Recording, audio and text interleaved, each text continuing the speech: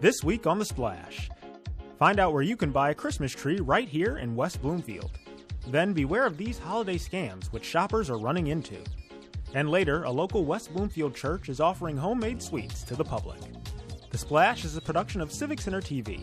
We're a news magazine that covers everything from local news to feature stories, all so that we can bring you the latest from the greater West Bloomfield area. And now, let's dive into The Splash.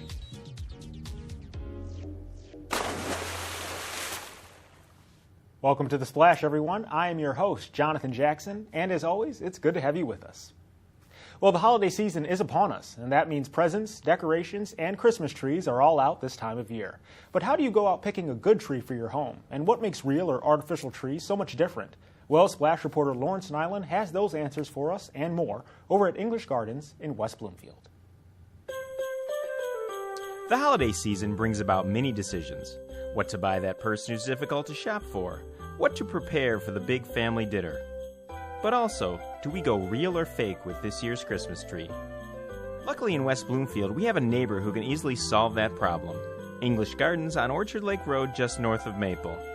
The store's Rick Vespa explains just who it is that clings to the custom of each year purchasing a fresh-cut tree. Usually you have your traditionalists, I guess, that want the fresh-cut tree, like the fragrance, like the whole process of going to pick the tree out and, finding the perfect tree, tying it on top of the car and bringing it home and hauling it into the house. There is a belief that we're depleting the forest by chopping down a perfectly healthy tree for a month's worth of pleasure, but that's not really the case. Every once in a while the story crops up that Christmas trees are, taking trees from the forest, and that's not true. Christmas trees are grown for the purpose of being harvested as Christmas trees. There are steps one can take to preserve the life of the fresh-cut tree in your home. The first step in that is to pick a fresh tree. And that's one of the reasons why we don't get trees in too early. You want those trees cut when it's starting to get cold out so that they're not exposed to really warm temperatures. When you buy the tree, it should be cut before it's put in the stand. And about a 2-inch cut is very, very important. And then it should go in the water within 2 hours or less. The sooner the better. And then you need to keep that stand full of water the entire season. The purpose of the 2-inch cut is to get into some fresh material so that the tree will readily absorb the water. The English Gardens Christmas department also features a vast array of artificial trees, or as they call them, lifelike trees. We coined that because we felt like, our goal was to buy the most realistic looking trees there were out there, and then to call them artificial trees seemed counterproductive. So lifelike was to try to give that image that these are actually very realistic, meant to be to look like a real tree. Many of them do. And what is the typical lifelike tree buyer looking for when making that choice? Not going through all of that process of finding the perfect tree every year. You have the perfect tree, but also putting it up, say, before Thanksgiving and keeping it up through the new year. That's very difficult to do with a fresh cut tree, probably not even recommended. Perhaps the biggest advantage of lifelike trees are the assurances provided by the manufacturer. Most of the lifelike trees have a 10-year warranty on the tree and the stand, and the light's a 3-year warranty. Even though the trees have a 3-year warranty, every once in a while a light bulb will burn out.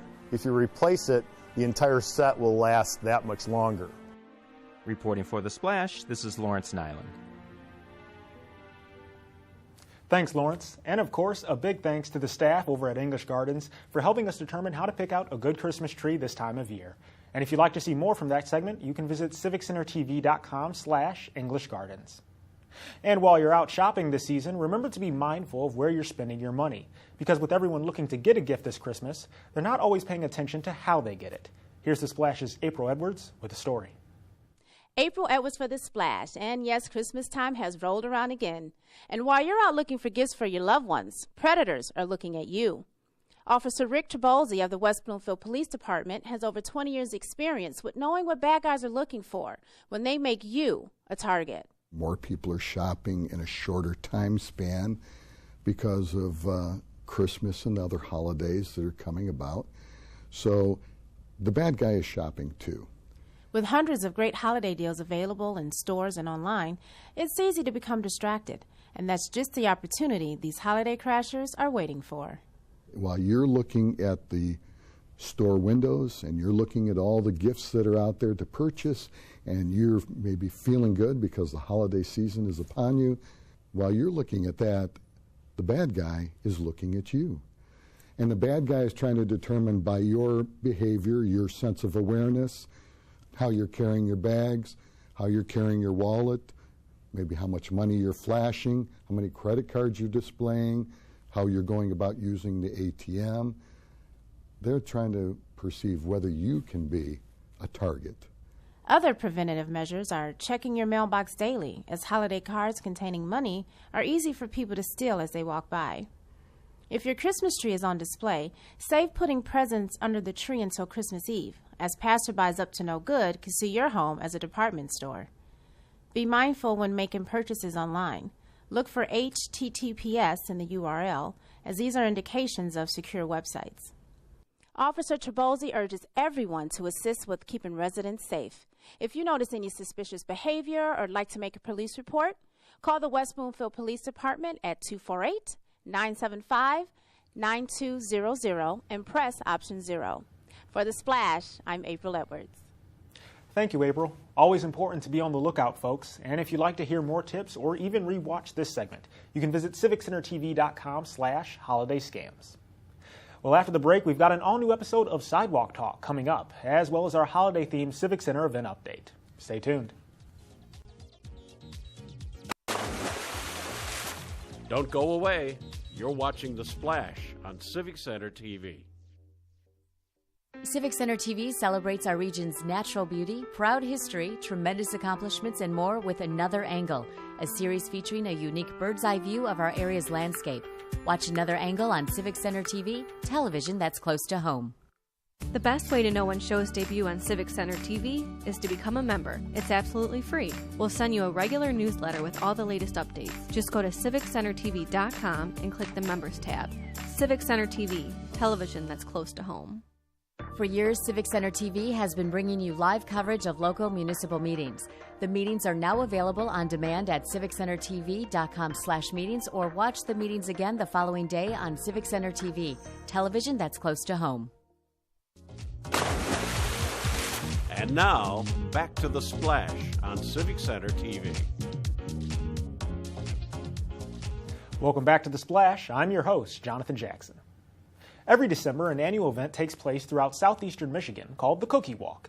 It's where various organizations sell homemade goods and services to the public, and the West Bloomfield United Methodist Church is a big part of that. So we sent Splash reporter Daisha Banks to get a taste of what they're offering.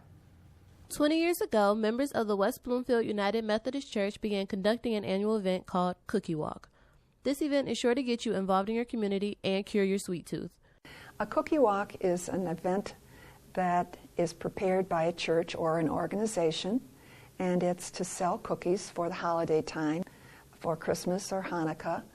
And the cookies are made by the parishioners of the organization, and they're sold, and the money goes towards some type of a mission project. Although the Cookie Walk has passed, there are still plenty of treats left to be sold. And in addition to snacks, there are hand-knitted novelties to purchase as well. At the event, we also had jams and jellies, marshmallows that were dipped in chocolate. We had bread and butter pickles. We had wreaths. We also had some knit items and some homemade pot holders and casserole carriers. The Cookie Walk serves as an outreach to West Bloomfield, and it encourages unity to raise money for a good cause. All of the proceeds are given back to the community through missionary projects and various charities. Well, first of all, it lets the community know that we're here and we're a very vital congregation. And it's nice to get to know members of the community. We have our favorite people that come back every year for cookies. And some of them have been with us almost the 20 years since we started. Instead of buying sweets at your local grocery stores, why not stop by and support West Bloomfield's own and spend anywhere from 50 cents to $8 on homemade cookies. For more information, you can stop by West Bloomfield United Methodist Church, located at 4100 Walnut Lake Road. For The Splash, I'm Daisha Banks. Thanks, Daisha, and thanks also to West Bloomfield United Methodist for showing us all those delicious treats. Remember, they're only available for a limited time, so get them now while you still can. And if you'd like to see more from that segment, you can visit civiccentertv.com/cookiewalk. Now let's turn to another of our popular Splash segments, Sidewalk Talk, where reporter George Moore discusses topics at random with residents here in Greater West Bloomfield.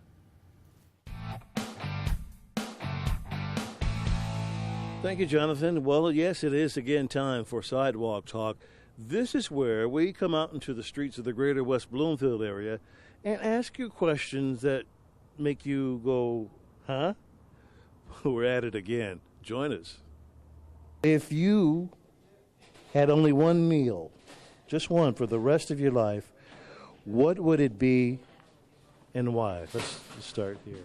Macaroni and cheese. I'm embarrassed, but that's what I would. That's the first one we've had. Oh, really? Oh, really? Yeah. Because it's so yummy. Yes. And it's, what do they call it, comfort food? Yes. What about you? I would have kosher hot dogs and baked beans. I love this guy. Yes, with a slice of raw onion. Ooh. Oh, yeah. Ooh. That would be my I could favorite. go home and have that. I might. I love pasta, lasagna. I knew that. I know. I just came from working out. And why? It just feels like home to me, and it's filling, and I just love lasagna. Fish, okay? I'm a diabetic, and I have to be careful not eating any fried foods, okay? Probably Chinese lo mein, because it is so good. Lo mein? Yeah. Okay. Just one meal for the rest of your life. What would it be and why? I'm going to say homemade pasta with a good meat sauce. I just love it, and I haven't gotten tired of it yet. Meatloaf. I love meatloaf. Have always loved meatloaf. Okay. I just like meatloaf, potatoes, and peas. That works for me. It works for you? It would be anything involving bread. It would start with a sandwich and pastries and bagels and anything with flour in it, because I was diagnosed with celiac disease 3 years ago, and I have not had bread since, and I miss it. And I love bread, as Oprah would say. We ask the people of the Greater West Bloomfield area the questions. We get the answers. Some great stuff out here. And we'll be looking forward to doing it out here again on the sidewalks of the Greater West Bloomfield area. For The Splash, I'm George Moore. Sidewalk Talk. Another of our favorite episodes from the one and only George Moore. And to watch more of his fun conversations with the Greater West Bloomfield community, you can visit civiccentertv.com/sidewalk talk. And now, as we move on to our Civic Center event update, remember you can stay up to date on all the following current events by visiting civiccentertv.com/events. So with that being said, let's get started. Did you know? The West Bloomfield Parks and Rec Winter Guide is available now. If you haven't received yours in the mailbox yet, stop on by the Recreation Activity Center or view it online. You can take a look at all the activities, events, and programs, some of which I've already mentioned, taking place this season. And if you don't want to register online, you can always call them at 248-451-1900. The Jacket Club's Winter Hat and Mitten Drive ends on December 24th. Remember, you can drop off new hats and mittens by putting them on the tree or in the box at Gino's Restaurant. And the event runs all day, so feel free to stop on by anytime. Handle with Care is a romantic comedy between two unlikely people, and it will put a smile on your face and warmth within your heart. The play is currently going on at the JET Theater inside the JCC, now through December 24th. Check out the JET website for more information and showtimes, or just call 248-788-2900. Hanukkah Wonderland is back for 4 official days of fun and games at the Orchard Mall, and those dates are December 21st, 22nd, 25th, and the 26th. You can visit their website at HanukkahWonderlandMichigan.com for exact times, and that cost is only $5 per person. And on the last day, December 26th, there will be the Grand Menorah Lighting Celebration featuring the Chicago Boys Acrobats. So come on out if you can. Now through the end of December, your favorite book characters are visiting the West Bloomfield Library for interactive story time, featuring books, crafts, and games. At the end of each program, the character will arrive for a special meet and greet, and no registration is required. You can visit the West Bloomfield Library website to find out which character is going to pop up and when, or you can call 248-682-2120. On January 13th, the Greater West Bloomfield Chamber of Commerce welcomes the 2017 Board of Officers at Notting Hill of the West Bloomfield from 7:30 until 9:30 a.m. Continental breakfast will be served, and a local anchor or reporter will MC the event, along with a judge who will officiate. RSVP is a must, so please make sure to do so before January 8th. Also, the cost is $10 for members and $15 for non-members. And to find out more, call 248-626-3636 or for more information. The Orchard Lake Museum will be focusing on the subject of ice harvesting at their January 8th open house from 1 until 4 p.m. Member and resident Ron Hansen will be sharing his family's ice cutting saw and photos of ice harvesting on Orchard Lake and Pine Lake. Also, the Orchard Lake Museum offers a collection of area artifacts, historic photos, and documents to the public, so be sure to check those out as well. Walk the trail and enjoy the winter season at this year's Chili Chili Hike. Then warm up with a delicious bowl of chili at the Recreation Activity Center on January 8th from 4:30 until 6 p.m. The walk is about 1.5 miles, and you will see woods, fields, and wetlands along the way. Also, winter boots are strongly suggested since the trails are uneven and there could be snow. It is Michigan after all. The event is for ages 3 and above, with the cost coming to $5 for residents and $10 for non-residents.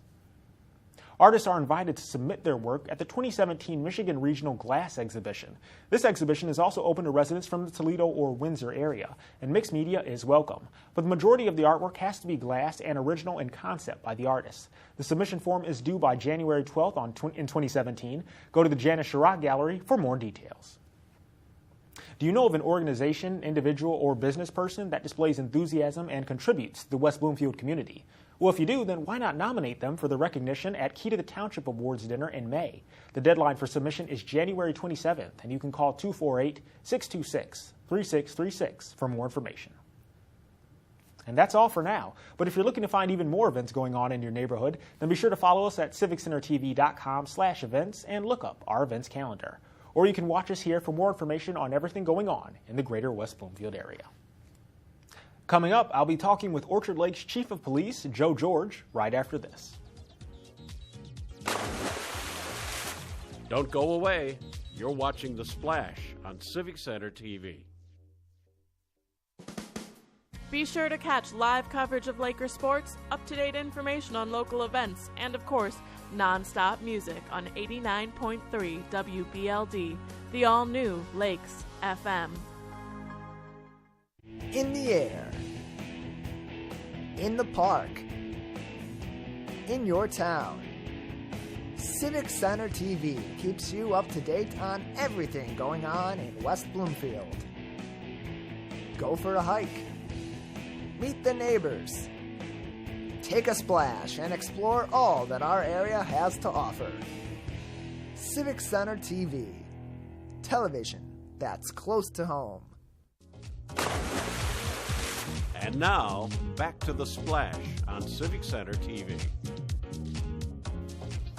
Welcome back to The Splash. I'm your host, Jonathan Jackson, and joining me at the desk this week is Police Chief Joe George over in Orchard Lake. And Joe, I want to thank you for stopping by today. Well, thank you very much for having me. I appreciate that. Not a problem.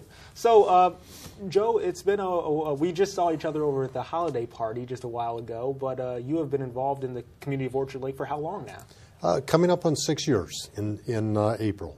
Okay, great. And as the chief, you've obviously worked your way up through the years in the ranks. Now, when did you start working, although as an officer? 1968, my first job was the city of Southfield, and I was at Southfield 27 years. In between my stay there, I had 2 years as chief of Franklin, and then I returned to Southfield for another 15 to complete the 27 years. Okay, wonderful. And what inspired you to be an officer? You know what? I enjoyed it. I just enjoyed what they did. I felt I could make a difference. I like working with people. And I think the big thing is just making a difference. I just had a tremendous interest to do it, and I followed my dream.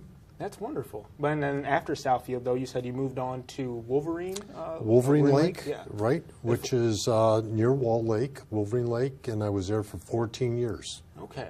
And this chief. As chief, okay. Mm-hmm. So this is when you became, more involved and more higher up in your career. So, yeah.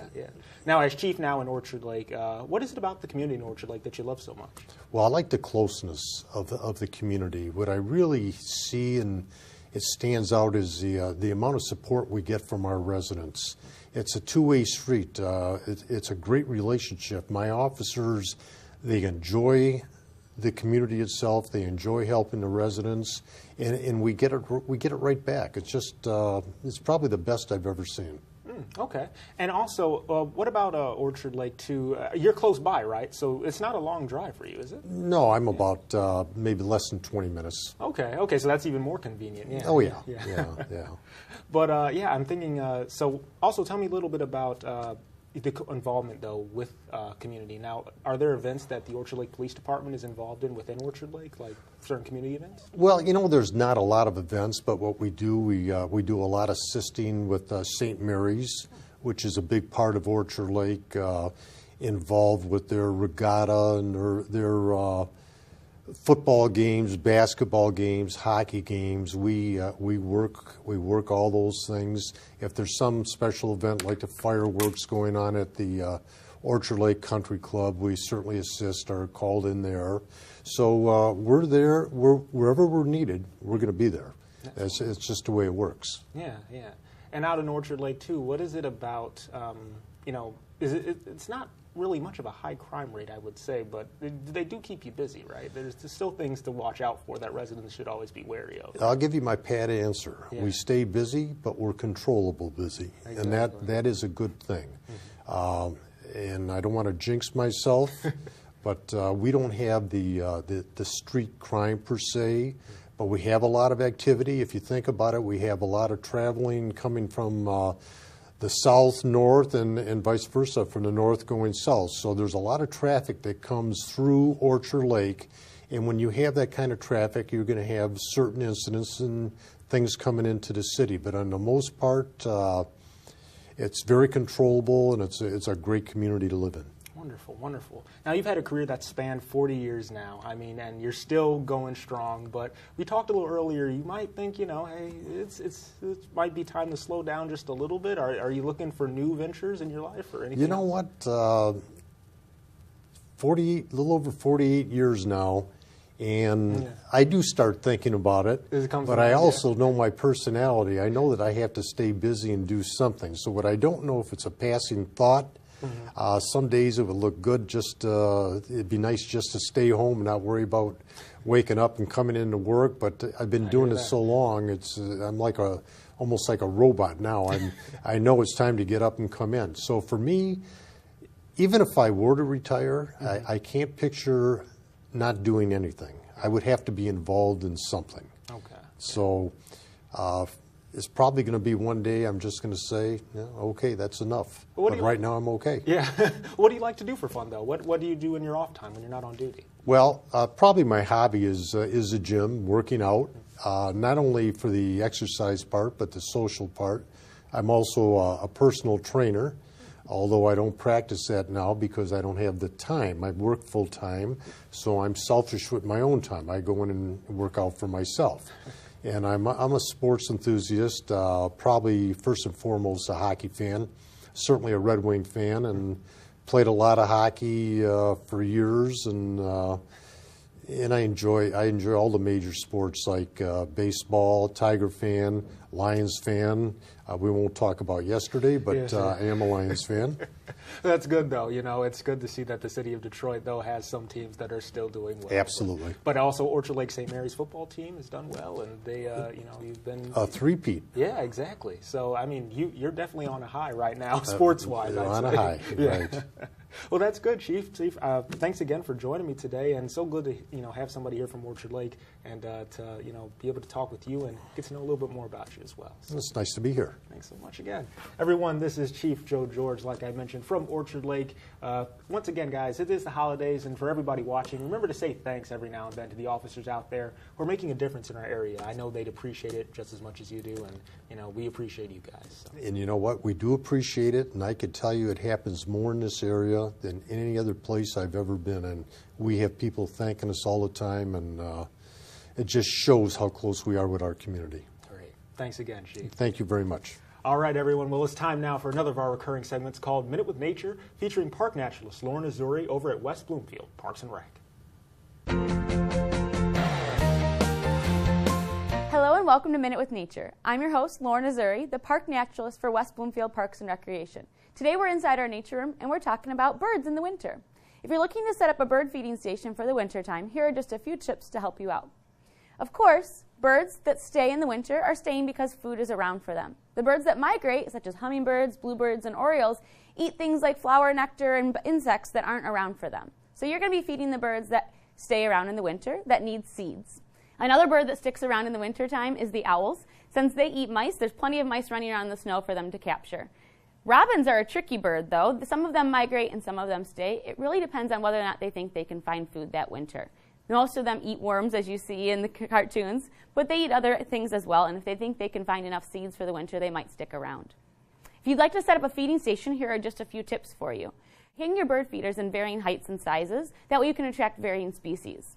You can also provide a water source. A heated water source in the winter is best for the birds. All living things need water, but they also need water not just to ingest, but to keep themselves clean. So those birds use that water to clean their feathers. The cleaner their feathers are, the more they can insulate their bodies. So it's important to have water for two reasons. You also want to make sure that you have clean feeders for them. You don't want any mold or fungus to grow. You can clean your feeders with a 10% bleach solution and just make sure that it stays really dry before you put new seed back in. Also make sure that they're covered, that each bird feeder is covered so that the snow that falls doesn't get into the seeds and then mold and fungus grows again. So you just want to make sure that you're providing clean and dry seed for them so that they aren't getting sick from what we're giving them. But you can definitely put out all different kinds of seeds for different birds. Chickadees prefer black oil sunflowers. Blue jays love peanuts, shelled or unshelled. It's fun to watch them unshell them. You can also provide different seeds for goldfinch. A lot of people think that goldfinch leave for the winter, but they actually are seed feeders. And the only reason we think they leave is because they change their feathers. The bright yellow male feathers of goldfinch change to a dull color to blend in with the snow better. But they'll still visit your feeders and eat that nigh or thistle that they enjoy. And that's your Minute with Nature. Thanks, Lauren. It's always fun to learn a little more about our friends in the sky. And for all of our friends watching at home, you can watch more episodes of Minute with Nature online at civiccentertv.com/MWN. But now let's turn to our final segment here on the show, which we like to call Person of the Week. Now, this is the part of the show where we give a personal shout out to someone within the community who is either helping or inspiring others. And this week's recipient is Shannon Stebor, the director of Shannon's Dance Academy in Keego Harbor.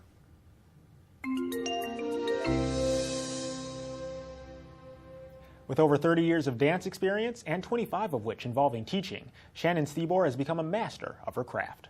14 years ago, Shannon took a huge leap of faith and decided to share her passion with her community in Keego Harbor. She opened her own dance studio called Shannon's Dance Academy and serves as its director, bringing in dancers of all ages and backgrounds to showcase their talents at various events in Keego Harbor. One group in specific that she lends her expertise and talent to is Susan Immerling's Art Sale. She serves as dance director for Art Sale and thoroughly enjoys teaching and performing with this organization. Another thing Shannon prides herself on is diversity, which is why she teaches children from 2 years old all the way up to adults different types of dancing styles, such as ballet, tap, contemporary, and jazz. And after all these years, Shannon has found a way to combine her love for people and dance to her community in Keego Harbor, making her our Person of the Week. And if you happen to know someone who is providing a service to your community, then let us know by sending an email to the Splash at civiccentertv.com. We want to congratulate those who are making a difference in our area, and we appreciate all of your suggestions. And with that, we've come to the end of our show. But as always, you can catch new episodes of The Splash every Monday at 6:30 and throughout the week for replays. And you can even look up previous episodes online at civiccentertv.com or follow us on Twitter, YouTube, and Facebook under Civic Center TV for more information. For all of our friends in Sylvan Lake, Orchard Lake, Keego Harbor, and of course, West Bloomfield, I'm Jonathan Jackson, and we want to thank you for watching.